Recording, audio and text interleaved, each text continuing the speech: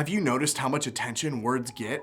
Whether it's the words of a politician, the tweets of a celebrity, the comments of an athlete, or the words someone said in the hallway at school right before they got suspended. Whatever the context may be, words are a big deal. Since we were kids, we were taught this classic line: "Sticks and stones may break my bones, but words will never hurt me." We were told that words don't hurt, but we all know that they do. The truth is, we've all had an experience where words hurt us.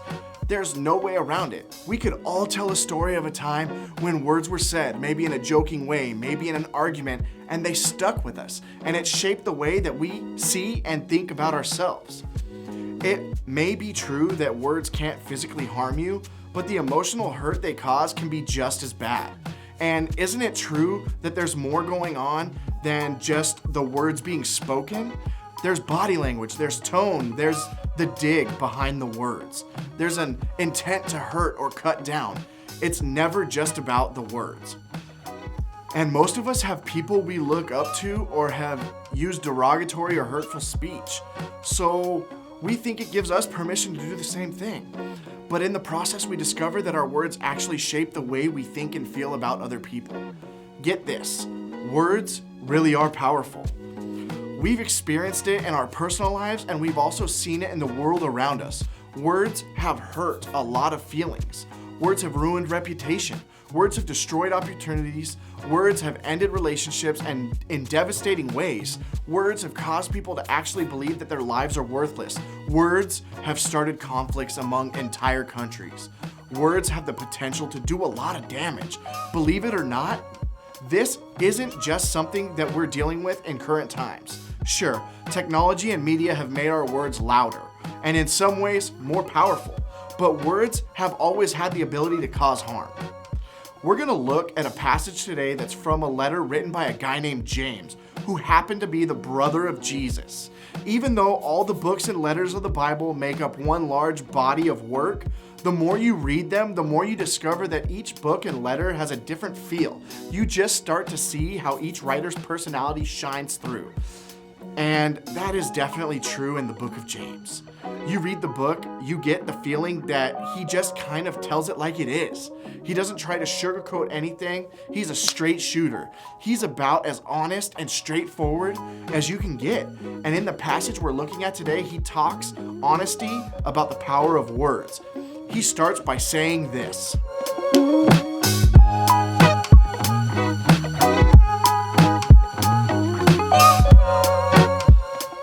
everyone's tracking. James is talking about the power one small thing can have over the large whole. He continues.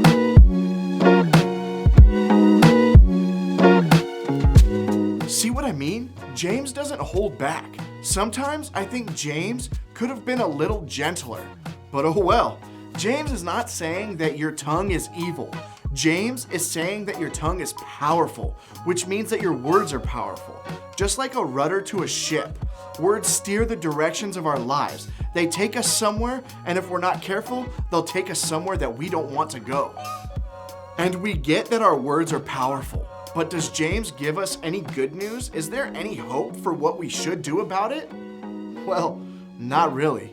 In verse 8, he literally says, no one can tame the tongue. James is like the guy you don't want to get stuck talking to at a party. He brings the whole mood down. This is the bad news. The good news is his letter doesn't stop there. He goes on to talk about wisdom and how it's connected to humility. On the other hand, he says that where you find things like envy, jealousy, and selfishness, you'll find all kinds of other bad stuff. Then he says this: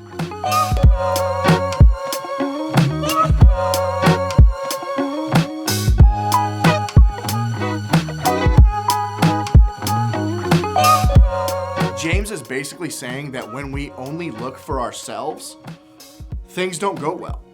And when we humble ourselves and look out for others and go after peace, our lives reflect those things. Think of it this way: when we plant an apple seed, we grow apples. It doesn't matter how badly we want oranges, we will get apples. Why? Because that's what we planted. In the same way, when it comes to words, when we plant negativity, that's what we're gonna reap. Pay attention to the power of your words. When our words are full of selfishness, jealousy, pride, and taking down others and seeing people as less important than we are, not worthy of value or love, we are planting disorder. We're planting unhappiness, and that's what we will grow. But if we're interested in a different kind of life, and we want wisdom, peace, mercy, and kindness, if we're interested in living lives that are full of those things later, then we better start planting words that are full of those things right now, because we grow what we plant. If we want to use the power of words for good, it's not gonna be about taming the tongue. Why? Because we can't. It has to go deeper than that.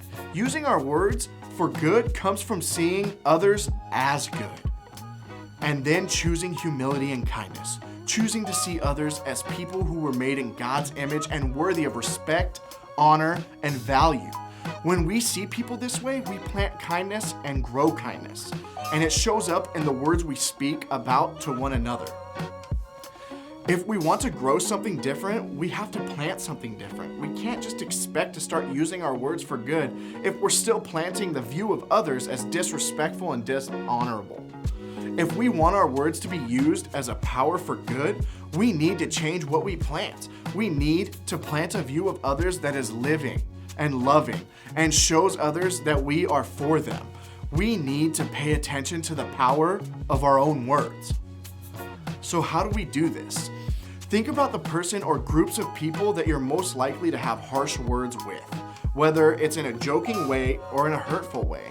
Ask yourself, what do I really think about these people?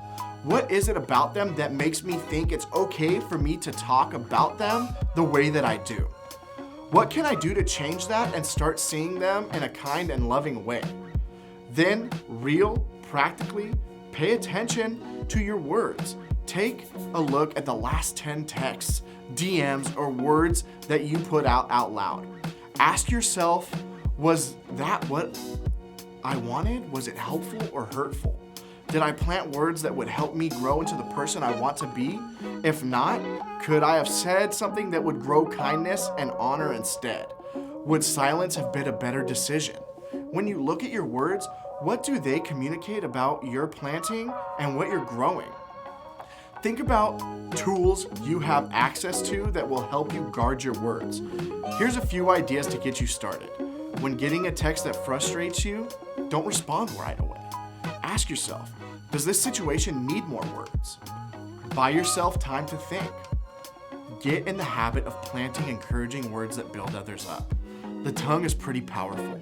James made it clear, and our experiences have made that clear. But if we want to make a change, we have to do more than just our words. We have to change our hearts. We have to plant something better, a different way of seeing people. That's when we grow into kindness. This is important for everyone. This is a principle that's true whether you're a follower of Jesus or not. You grow what you plant, or also better known as you reap what you sow. So pay attention to the power of your words and what you're planting. If you're a follower of Jesus, this is more than just a good idea. This is a must. Jesus tells us to love, value, and respect others no matter what. And the first place to start doing this is with our words. Just imagine if you decided to pay attention to the power of your words. Imagine if you started caring more about what you planted with your words. And imagine if your words were focused on growing the life and relationships that you want to keep. Imagine if you used your words differently than most of your peers, and people could trust you and turn to you to speak truth into their lives. Imagine if the words you used were used by God to bring hope and healing to others, because you used them to plant kindness. Like I said, words are powerful. Let's be people who put that power in its proper place by using them the way God says is best. As you head out, I want you to think about the impact of your words that you normally use. Are they helpful? Are they hurtful? Pay attention to the power of your words. They can do more good than you could ever imagine.